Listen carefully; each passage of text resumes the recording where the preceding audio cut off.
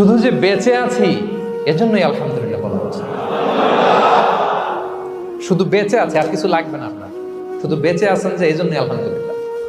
কারণ অনেকের কাছে বেঁচে থাকাটা স্বপ্ন, বেঁচে থাকাটাই তার শেষ ইচ্ছা।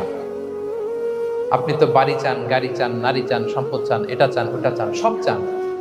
ক্যান্সারে আক্রান্ত রোগী 4th স্টেজে চলে গেছে, হসপিটালে যেয়ে ওনারা জিজ্ঞেস করেন, ভাই আপনি কি চান? গাড়ি, বাড়ি, সম্পদ, কি চান ভাই?